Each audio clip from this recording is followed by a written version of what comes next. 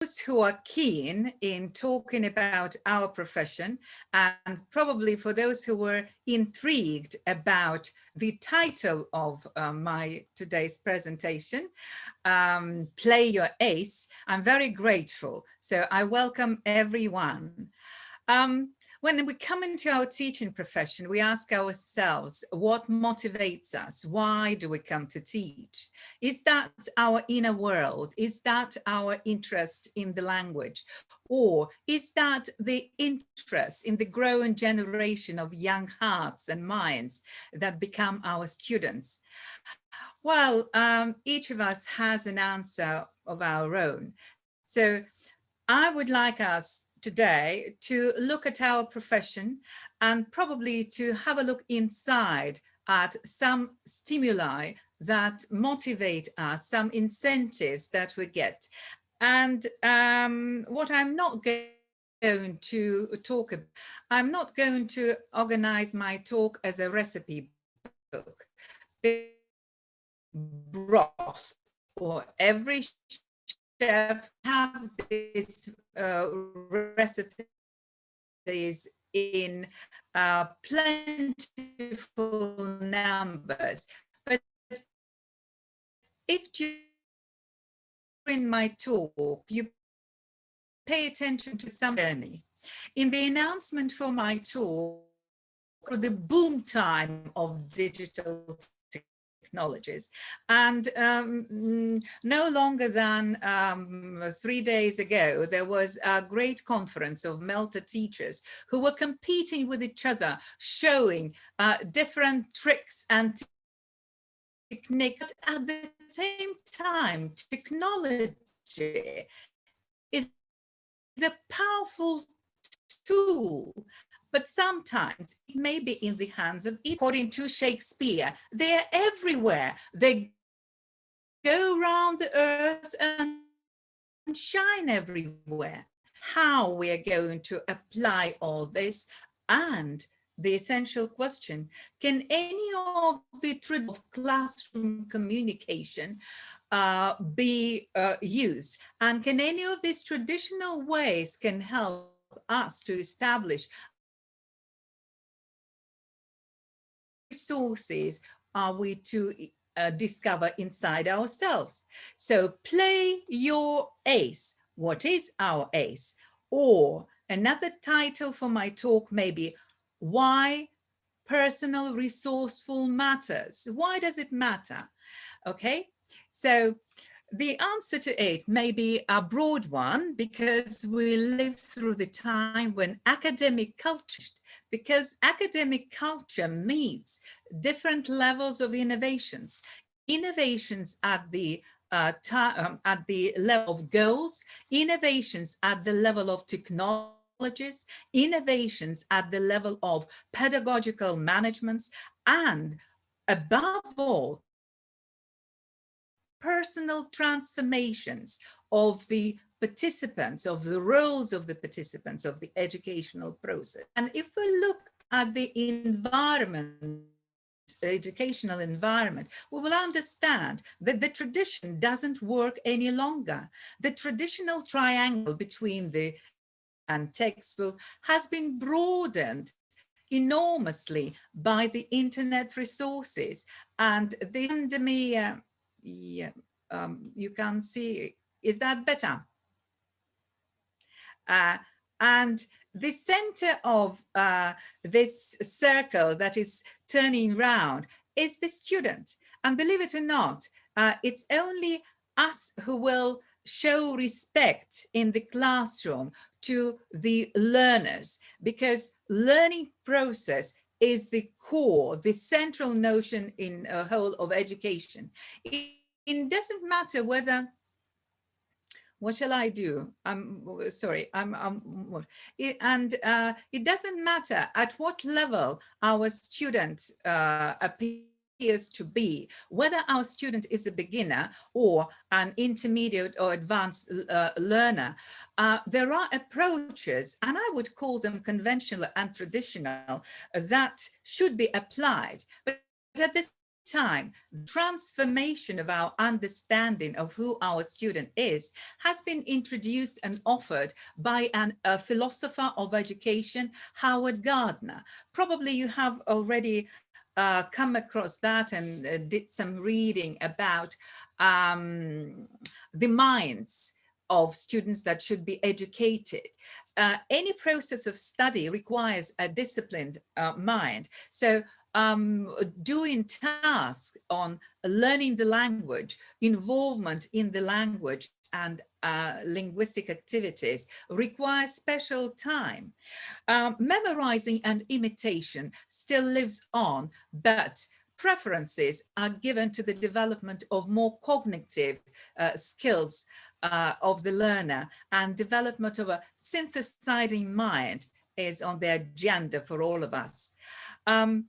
Learning, understanding leads to creating new things, and education of the creating mind, which is based on respect to the person who is nearby, who is your mentor and who is your teacher, and likewise from the teacher, respect to the student's mind, and of course the ethical question.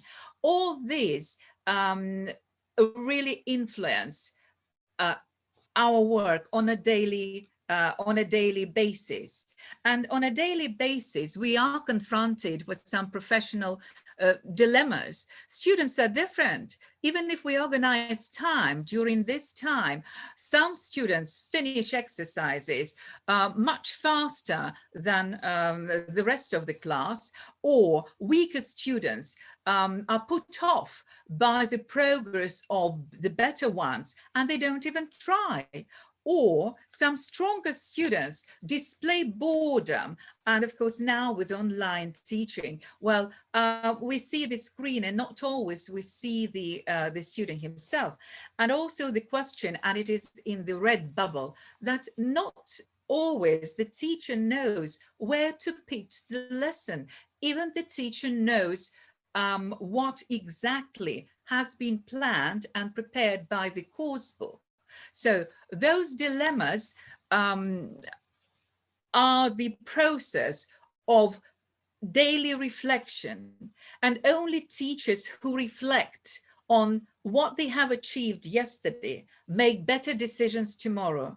I would like this quote to be copied down, noted down by today's listeners and participants of this seminar, because I'm inviting you to reflect on what we have done in our profession and what we are doing on a daily basis in order to take better decisions for tomorrow. And understanding the transformation of the teaching profession, the fundamental remains. We need to know the content with which we work. So we need to know the subject, and we need to know the change in pedagogy and address different ages of students with slightly different approach. And even treating the little ones now should be done with greater respect, because the role of the student is not the object of education, but the subject of education. Okay, I see that there are some more people. So knowing students, knowing the demands of the students, know the purpose why they are learning the language. With the little ones, of course, these are the parents, but for the grown-ups and for adults students, this is important. The necessity to understand the relevance of the objective, why I'm doing the language. With understanding the environment. Understanding the environment, it's also accepting the new digital environment for learning and finding best ways of incorporating traditional ways of teaching. So all of that will be really affect the lasting, non-stop developing of us as a teacher. So summing once up this first part of my presentation. So the educational environment has changed, but language proficiency kinds of appropriate activities that have been accepted in traditional classroom, how they can be taken along into this digital age, the changed attitude of psychologists, pedagogic specialists in pedagogy, educationalists, to the role of the student in the classroom and the way their minds should be developed. This all serves as a solid foundation for establishing a positive environment for learning and gives good food for self-reflection for every teacher and their professional opportunities. Okay, so that was my first part of the presentation. And in this slide, to somehow, in a nutshell, I would like us to be reminded of that many of us come into teaching profession to teach, educate, develop, and inspire. And this lies as the basis for various stages of our professional development. We all get a degree from the university or from some educational institution that allows us to step into teaching shoes. And this is the foundation for this. But then through development, sharing, and constant learning, we achieve proficiency level, and many of us become experts. I hope so, that this is the aspiration that every teacher has.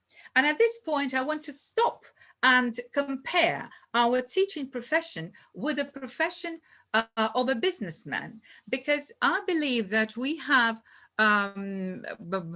very much in common with people in business. A teacher in the classroom, as the businessman, is oriented at the success of the enterprise, and it is not the professional competence, knowing the rules of grammar or having a better capacity of vocabulary, but it is the vision of why you are choosing this way of teaching this particular student or this class, and you have a different approach in the other one. So having this vision of what you're going to do in class, this is of primary importance. Giving energy, organizing the right communication, be supportive and emotionally sensitive, displaying the best qualities of your character, and remain charismatic, no matter how large and how pressurizing the load of work is. So that will all lead to better environment in the classroom. Okay, now we carry on. So what is hidden behind the letters, the abbreviation ACE that I have chosen for today? Play your ACE. There are three particular instances: accuracy, communication, and ego. Accuracy, that's about the competence. And for me, as I've been always interested in the sound form of the language, everything starts with the energy of our body and the importance of using our body as a working instrument for learning to speak another language, or to speak a foreign language. So that's why activities that I incorporate in every class, they are in front of you. So our breath is very much important, and breathing, not because now we live through the time of pandemic and we to take care of our lungs, but because we need this big breath and deep breath as an articulatory and breathing gymnastics for the body. Working on rhythm and prominence exercises. So very easy exercises, counting from 1 to 10 and backwards. And we may do it together with you. And if you breathe deeply in and you mentally count to 10, and then we breathe out. So we breathe in and then we breathe out like this. And out. 1, 2, 3, 4, 5, 6, 7, 8, 9, 10. Done. So this breath down on a staccato melody, that is very important because it reflects the melody of the English language. Let's have a look at some of the exercises and probably of some of the activities that may be linked with speaking and better breath development and looking at pronunciation and spelling and having examples of presenting conversations in dialogue form or in monologue form. So for breathing or articulatory gymnastics, I offer you such an exercise. So remember that we need to breathe deeply in, and then on one breath, we'll say what you see in front of your eyes. So we start with a question. First, we breathe in and we start. Do breath test the breath? Yes, that's the best of the breath test. And the best test of the best breath is the one that can stand the breath test. Finish. So this is the traditional exercise that I offer to my teacher trainees to check before you come into the classroom, because we don't need to speak in short chunks, but we need to develop this big breath for longer utterances. So would you like to try it again? Let's sit up, breathe in, and then on staccato tone going down, we'll say that once again. Breathe in. Do breath test the breath? Yes, that's the best of the breath test. And the best test of the best breath is the one that can stand the breath test. Thank you very much. We'll carry on. Well, the chart of Adrian Underhill that can be found in many phonetics textbooks and many sites on YouTube is essential. And I suggest that in our classrooms for teaching, we have it, and we have it as a whole one presented with 2 blocks, vowel sounds at the top and consonants at the bottom. But we'll start working with it with a different way. We'll start working with the bottom part, with the part of consonants. And with this, we will learn a very important rule for pronunciation culture, that is giving more power for all plosive sounds which occupy the first row of this, p-b, t-d, ch-j, k-g, and to develop the power of better aspiration. We will introduce a triple pronunciation of aspirated sounds. For instance, we'll take t and d, and we'll work with the pattern: 1 pronunciation, double pronunciation, triple pronunciation, like this. T, t, t, t. 1. T, t, t, t, t, t, t. 2. T, t, t, t, t, t, t. 3. And now we'll do the same with d sound. Why is that important? The tip of the tongue in Russian doesn't work similarly to the way it behaves in English, and it is very much lazy in Russian. So let's make it firmer, and we'll say d, d, d, d, once, twice, d, d, d, d, d, d, d, d. Good. And 3 times, d, d, d, d, d, d, d, d, d, d, d. For eager learners, we can even do it 4 times, like d, d, d, d, d, and after that, a little trick, and kids love it and grown-ups love it, because we'll play phonetic football. So what we need the mouth cavity, we need our cheeks, and we need a good movement of the tongue. It's a single kick, double kick. And you can work with that. Funny. Have a mirror, enjoy it. Let's carry on. we can go back, and if you have questions afterwards, you may ask, but pronunciation is great fun. And when it comes to spelling, we can use various textbook and material, but some challenging materials for developing accuracy. You can see them on this slide. I've taken the examples of OUGH words. So find the rhyme in the words in these rows. How, or zoo, or fluff. Okay, so with how, check yourself. It wouldn't be rough, and it wouldn't be one letter missing, through, but it will be bow. And for zoo, it wouldn't be enough, it wouldn't be dough, but it will be through. And we can carry on and play this and find the one for grow, and find the one for borough, and find the one for off, and find the one for stuff. So for instance, with stuff, it's not borough and not although, but it will be definitely enough. And of course, communication may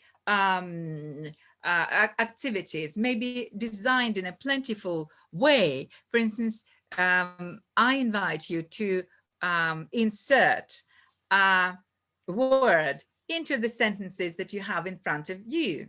So you can turn your microphones on, and any volunteer, you can read sentence 1 with the word though, or borough. Okay.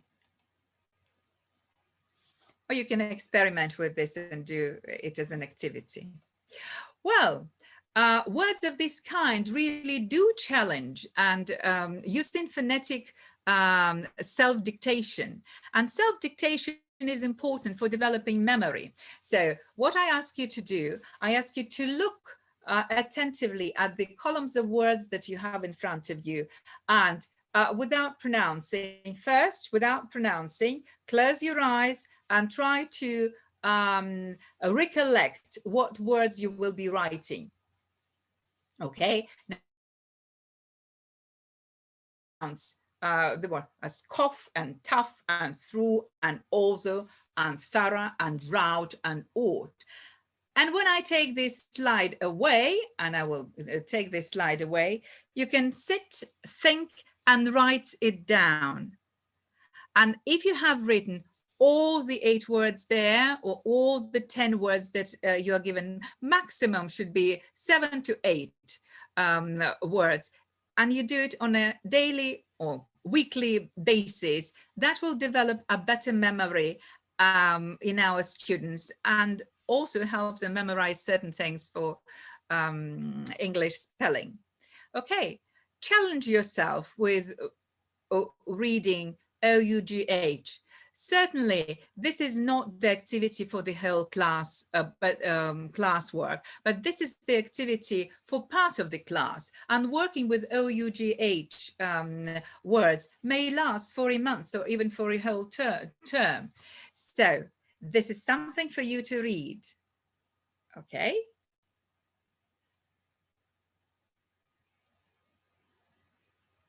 Okay. Check. I will read that for you.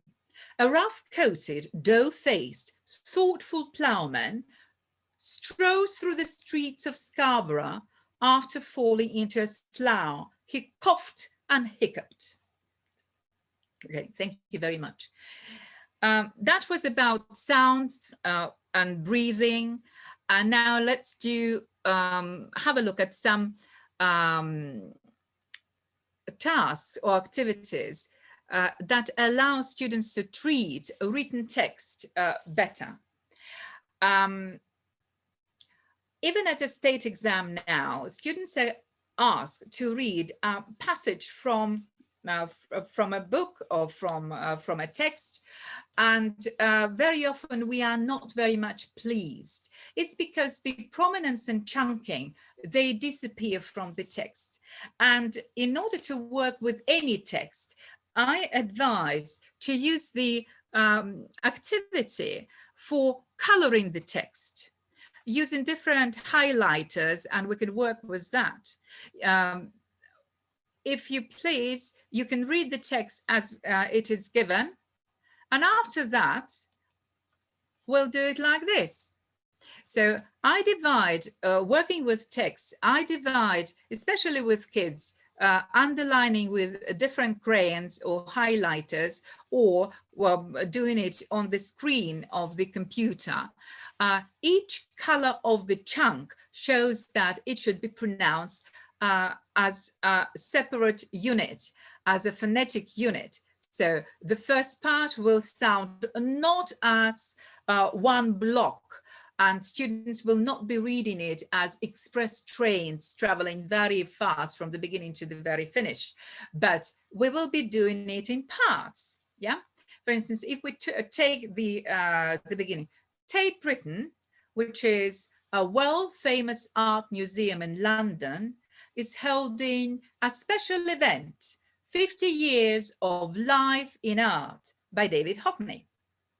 So teaching students, no matter what age and no matter what level of proficiency they are, this is a very helpful activity. I share it with you. I love it. It is one of the beloved one in my repertoire, and it is very much enjoyable. Helps to create better foundation for another ACE.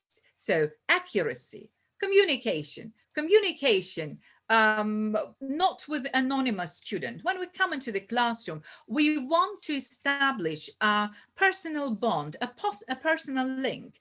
And to some extent, what we need to disclose some information about ourselves. Natalie gave some introduction about my professional career, but looking at some facts that I present to my students, for instance, I say, look at the list of dates and names and place names, and decide in what way they may be connected with my life.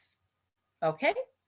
So this is a provocation for communication. This provokes and encourages students to ask questions. So I'll ask one of or two of the participants, turn your microphones on. Let's see how that works. So learn something more about myself, something that you haven't heard at the very beginning. We have some people who join us later. Yes, please.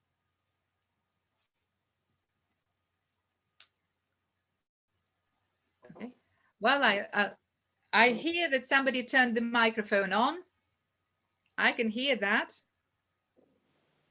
So maybe photography is your hobby? You're right. Photography is my hobby. And at the same time, being my hobby, I lost 2 cameras. And that happened on my trip on the Volga River. I didn't know. I was very keen on taking pictures, and I didn't know that you need to be very careful when you are in a boat and we're getting out of the boat. So I placed one of my foot on the bank on the river and the other foot remained in the boat. Can you imagine what happened? It wasn't only the camera that went into the water, it was me as well. Okay, we may carry on this. And for instance, Sophia and Peter, are they names of my children? Are they names of my friends? Are they names of my parents? This is a matter to start the communication. 1981, is that the year when I started my studies at the university or when I graduated? Is that the year when my daughter was born? Or is that the year when she went to school? The year 2020, what is the importance of it? Think of this 2020. It's us now. Can we form a question?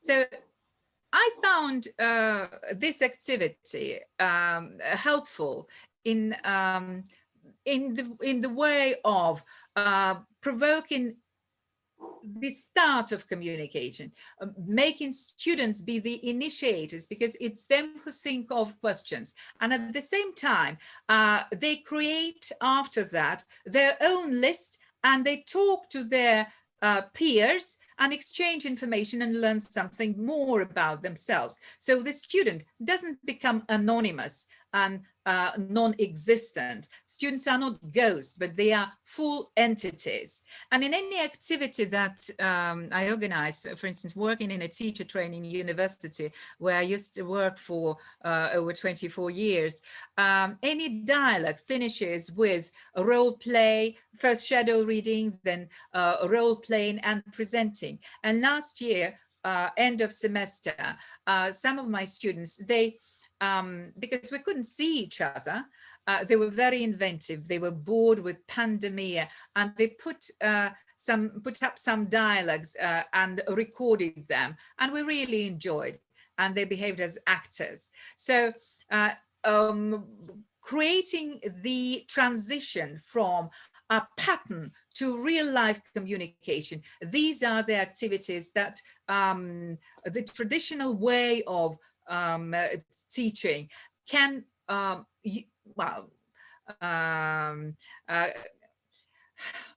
I want to say that this group of students, they were very much inventive, and probably with some technological difficulties, not every student can this create, but teamwork may be of help. Okay, so that was about working with text, working with dialogues, provoking conversation. And one technique, I don't know many of you are using it or not, but I love it. This is story shaping, visualizing and the story, putting it into the framework of situation, task, problem, action, and result. For example, situation: Alice came to a fork in the road. The problem was she didn't know where to go. Action: the Cheshire Cat answered her question. And as a result, Alice had an idea. So everybody understands that this is the story that starts a famous book, but we can start in working in a group, starting this story for us. And even if we have the full story, we will enlarge the content of the story, and the story will have a more interesting body, and that will be created by the group in the classroom. So that's the one of the activities that I do enjoy and start. And I want us to go through this a little bit for the reason that it gives an answer to what are we talking today about, on our resourcefulness. One day, Alice came to a fork in the road and saw a Cheshire Cat in a tree. Which road do I take? She asked. His response was a question. Where do you want to go? I don't know, Alice answered. Then, said the cat, it doesn't matter. Why I've chosen this? Because it's you who makes a decision. And if you want to get somewhere, you need to be not like Alice, but be very much certain about your aces. You extend your attention to real people in the classroom more than to the textbook. Your vision is your power in your profession. You trust your intuition, what is better to adapt at different points of the class. Clear communication between mind to mind of a real student that gives better result than discussing somebody else's life and experience. Self-respect and respect to the student and the teacher in the classroom. That are all the ways for better understanding of the learning environment and what your professional ace is. With all my knowledge, I decided to, not decided, but I was interested in taking the lead in heading the Chief Methodological Journal for Teachers. And if you're interested in sharing your ideas, this journal, which is 85 years old already, will be glad to receive some matter for publications in it, and you can have a subscription for it. And this is one of the ways to organize and to collaborate, to organize our professional activity and collaborate in it. And on this slide, you can see some references how you can get access to this. And I thank you all and wish you all your best for playing your ace: accuracy, communication, and ego. Self-development matters for the profession, and the bank of activities that are your favorite will only grow. Thank you very much. If we are allowed to have some questions, I will gladly answer them. Yes, thank you very much, Irina Petrovna. Dear colleagues, if you do have any questions, you may first type them into the chat box, or you may just switch on your mic for a while and ask, so all you think is important for you. Again, so thank you very much, Irina Petrovna. So I did suspect that ACE stands for something very, very interesting and intriguing. And I guess this is just the beginning of a long journey. Yes, so to speculate, so to think and to reflect on how important the teaching profession is, right? And how important the collaboration with students is. Thank you very much. We hope to see you sometime in our webinar again. Thank you very much. Yes. It's difficult to come to grips. We are important, but remember my focus: the student is more important than the teacher, and the needs of the students need to be analyzed and understood by the teacher. And this is our primary task. Play your ace. All the best to everyone. Thank you. Thank you very much. There are a lot of great thank yous in the chat box. You can see that. Thank you. All right, so now I guess so it's time to present our second speaker for today, Galina Sharonova. Of course, you know her already very, very well. Just for those of you who see her or would like to listen to her for the first time, so a very brief presentation, right? So Galina is CELTA and Delta certified teacher, right? Teacher trainer. Also, she has the certificate Train the Trainer. As far as I remember, she got it this year, right? So Yeah. Galina is quite proud of that, right? So Galina has about 15-year experience in teaching, 10 years of teacher training and academic management experience, right? And the topic of Galina's talk today is resourcefulness. Is it a blessing or a curse? Thank you, Natalia. Yeah, so thank you very much. And so good afternoon. You can see my presentation on the screen. Yeah, is everything okay? Well, yeah, so we are going to talk about resourcefulness and, well, being a resourceful teacher. Well, there is the question that you can see if it's a blessing or a curse. Well, we would like, and we are going to, well, answer the question. So you see that there are so many resources that it's so easy to get lost. Yeah, so we are lucky to have them, so it's a blessing, but at the same time, making a proper choice is a curse. So, well, a few words about the presentation, the talk which I'm going to give today. So first, our first aim is to identify the reasons why teachers need and want to use supplementary resources. So then also we will revise types of supplementary materials, and I hope that you will share your ideas, your favorites with us. Then also we are going to identify features of effective supplementary activities, like what we should keep in mind when we are choosing what to use, yeah, what extra materials to use. Also, we are going to outline the ways teachers can choose the materials, or in other words, they will be kind of a tool for you, list of questions that you can ask to yourself. Well, well, these questions hopefully will help you make your final decision. And also, we are going to identify some alternative ways of supplementing your course book. Okay, I guess it sounds like a good plan. Yeah, and well, if we move on, yeah, then let's discuss resourcefulness itself. So I know that this word has a lot of meanings.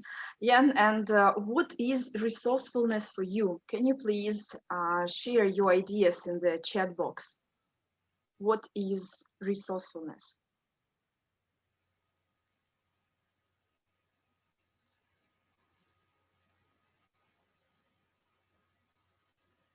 Mhm.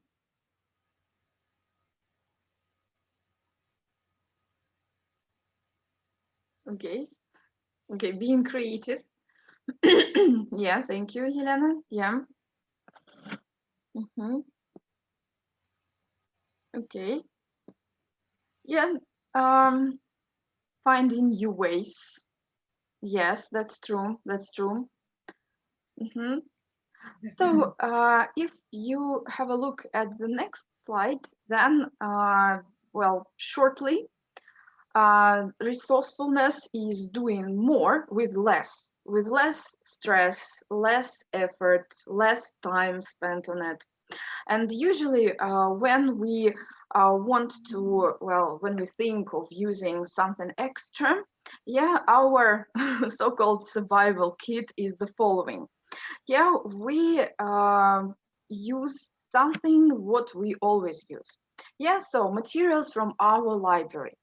And I guess that, well, everybody has, well, their own digital library, or, well, books in hard copies, and we have our favorites. Yes, so, and then, like, well, when we want to use something new, we, or, well, usually start with it. So then also, we can use materials from our teachers' books and companion sites or platforms for our course books. Yeah, so however, yeah, resourcefulness and resources don't only mean using some books. Yeah, so Irina Petrovna also mentioned it, that, well, our students are our greatest resource, as well, we need to, of course, build the whole course around them, around their interests, their learning types, learning styles and strategies, and so on. Yeah, and also ourselves. Yeah, we are also human beings. So, and well, the great resource is our creativity, which was mentioned. Yeah, so Yelena mentioned it. Our self-development, our also, you see, desire to do some professional experiments. This is where it all starts. So, and then, like, we see what resourcefulness is, but can you please share in the chat box why you decide to use some supplementary materials? What drives you to, well, to think of using something new, something alternative? Mhm. Yeah, so why do you decide to use extra materials? Okay, thank you, Natalia. Yeah, to engage your students. Yeah, Yelena, thank you for your comment as well, to meet students' needs. Mm-hmm. Okay, okay. Any other reasons?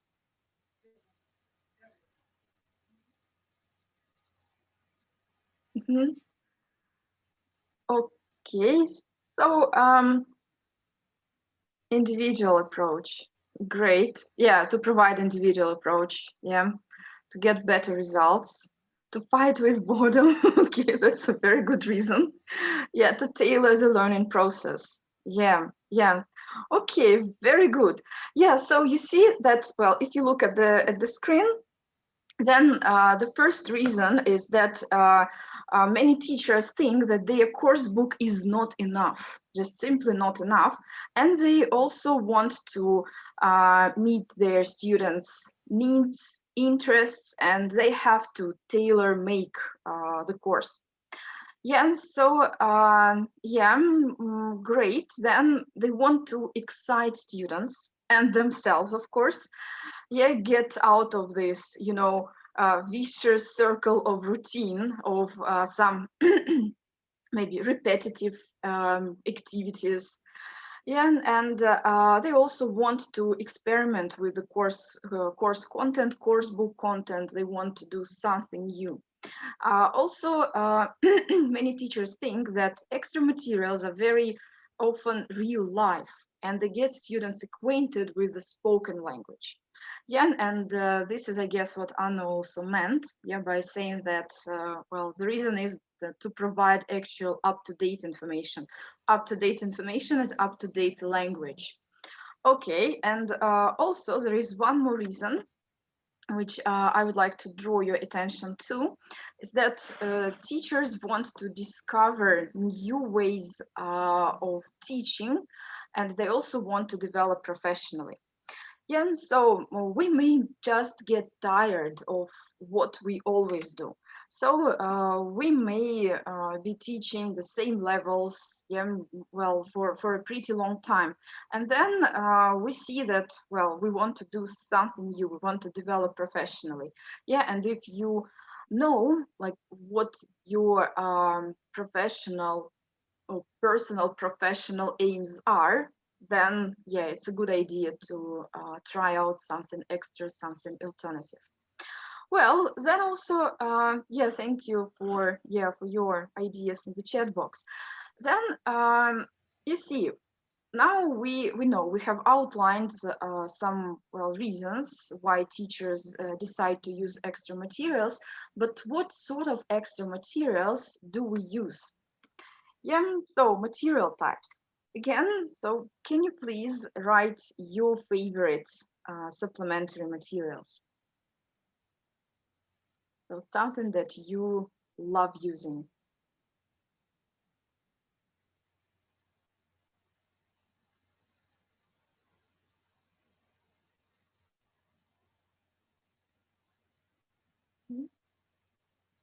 Okay, great. BBC, use TED Talks. That's great, great. Videos. Thank you. Yeah, okay. Games, word wall, yeah, live. Okay. Sounds global. YouTube, TED Talks. Yeah, TED Talks seem to be very popular. Games and crafts. Yeah, great, great. Thank you. Thank you. Yeah, so material types. Yeah, let's have a look at the slide. And also you have mentioned some more ideas, more materials. Yeah, they can be authentic videos, songs, podcasts, yeah, and well, you mentioned them. They can be also some ready-made worksheets from online resources. And here is the, well, the moment when we may think that resourcefulness, which our internet resources provide, is a curse, because really we can get lost. Yeah, and well, it may be very, very difficult to make the right choice. So then also there can be some activity books with materials, and these are, like, again, books with games and other activities. And what is really great is that modern books, they usually have some kind of theoretical input. And theoretical is, not really theoretical, because the input usually contains some practical ideas. So also what can be used as something supplementary, of course, teachers' books materials, and also workbooks. Yeah, workbooks can be used, well, as the materials for doing homework, and this is like our initial maybe idea and the initial well, aim, but also we can supplement our lessons with workbook materials. Okay, thank you very much. Yes, also online books. Yeah. And I would also add, of course, games here. Yeah, games, crafts, yeah, board games, and so on. Okay, great. Well, and well, I see that you are very resourceful, but well, thinking of all these resources and materials, what are the features of effective materials? What do you think? Again, so I will be very happy to see, well, your ideas on the features of effective supplementary materials. Like, what are they like?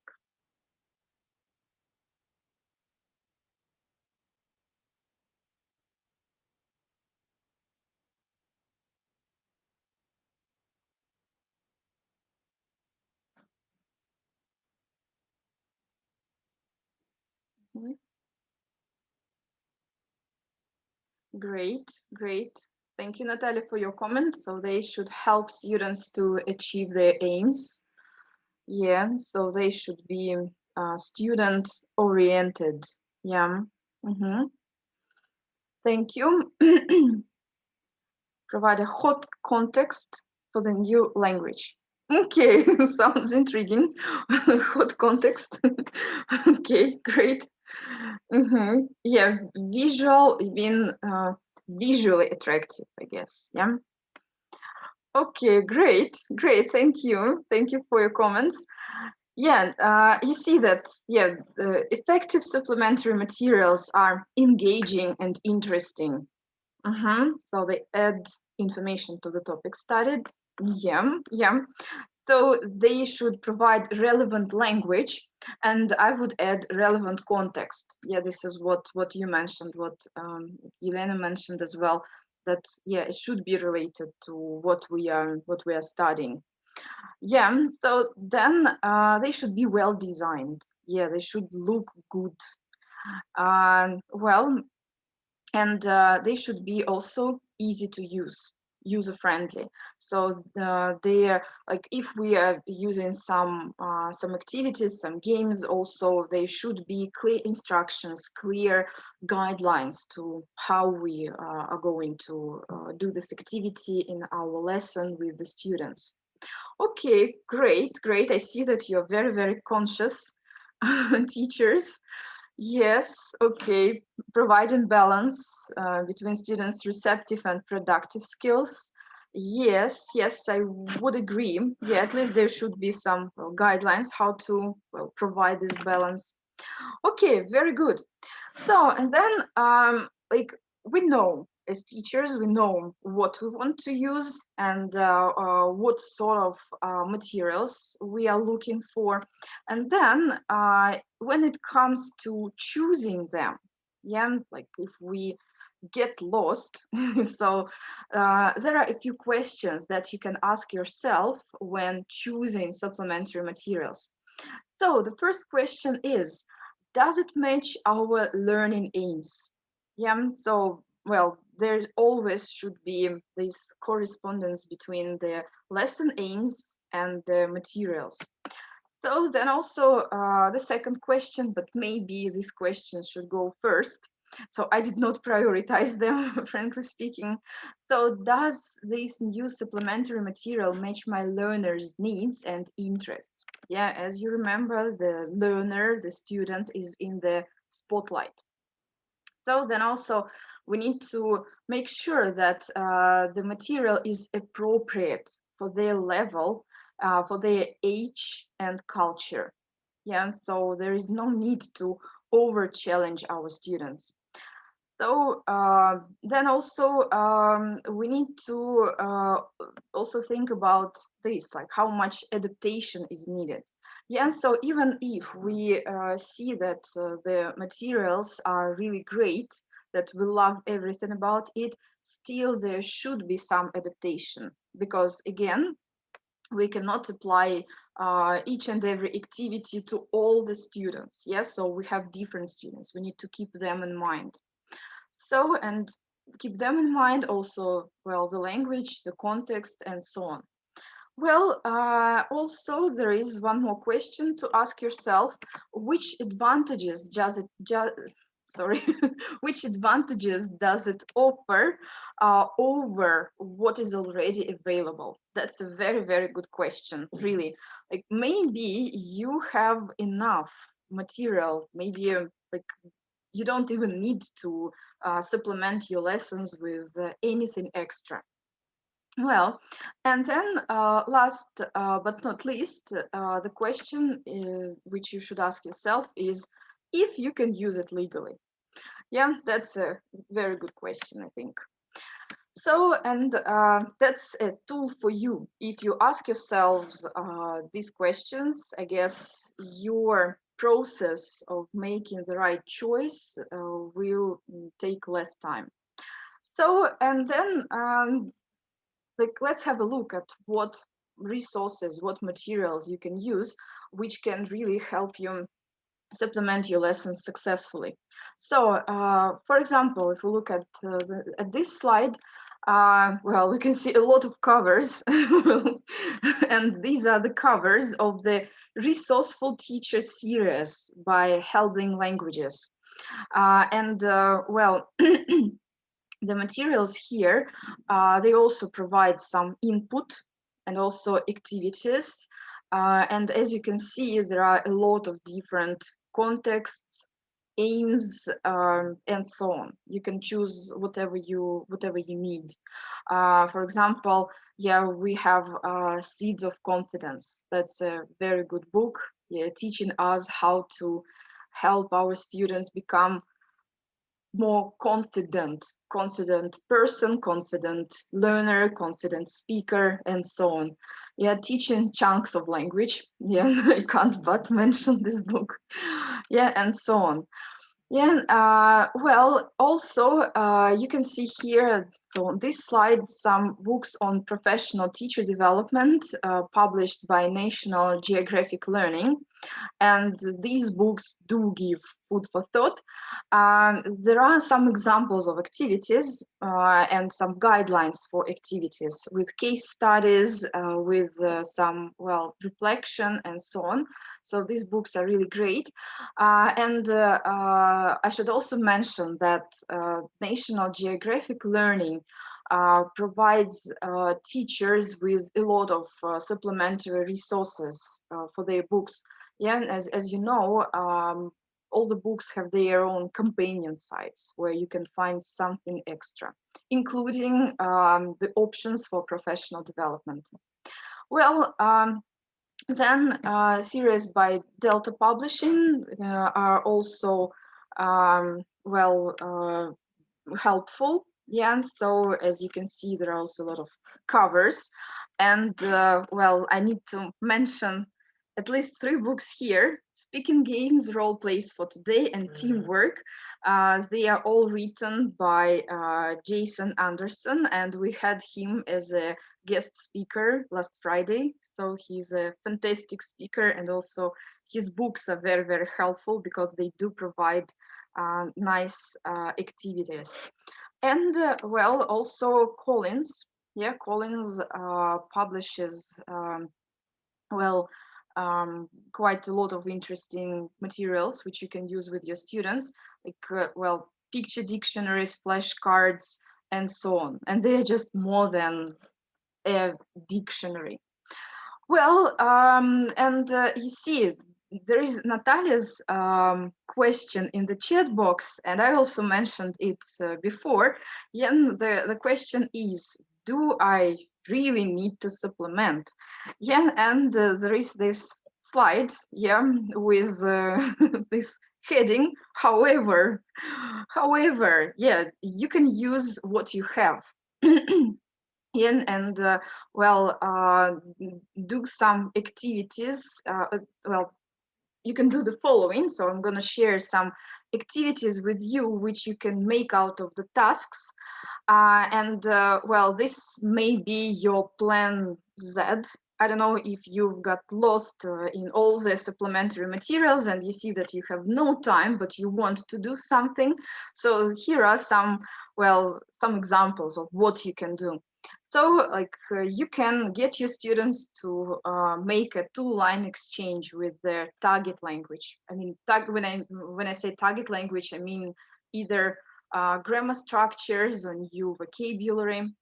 Yeah, and then, well, your students will activate their creativity, yeah, and start experimenting with the language. Then also you can get them to write micro texts or stories. Yeah, this is something like the activity that Irina Petrovna mentioned today. Yeah, making the whole story. Well, also there can be some translation activities. Yeah, well, translating not for the sake of translating words or collocations or just sentences. No, they should be meaningful and they should be aiming at language upgrade. So you can see it also here. Yeah, and personalize the, well, the tasks that you have.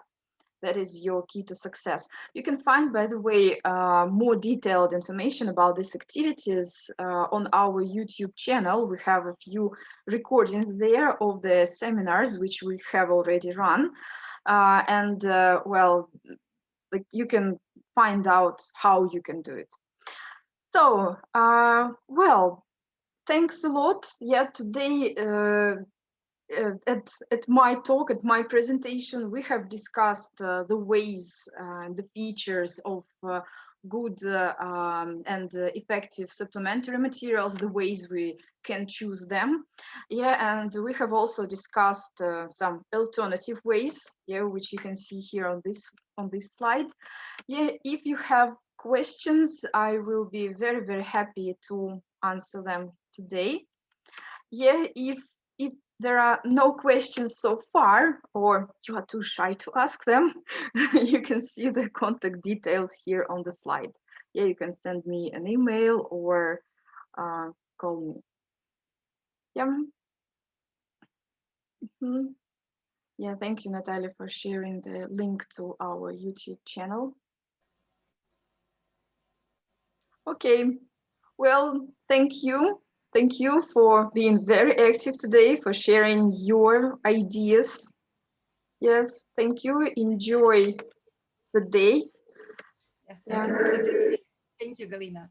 So for those of you who asked a couple of times whether this recording will be available, of course, we will send you the link, and I guess we will upload this recording to our YouTube channel, right? Where you can find all other webinars, all very useful things, materials, ideas, different authors, different speakers. So please feel free to search this channel and to find something to your taste, to your needs, all right? Thank you again, Galina, and thank you everybody who spent your afternoon with us, all right? So this is kind of a good tradition, so to spend a couple of nice afternoons with another company. Thank you all for your patience, for your curiosity, so for your resourcefulness, right? Because when you answer some questions, this also shows you are quite resourceful teachers. All right, thank you very much. Have a nice day, and please join us during our upcoming events, webinars, and so some conferences maybe in the future. Okay, so have a nice day. Thank you.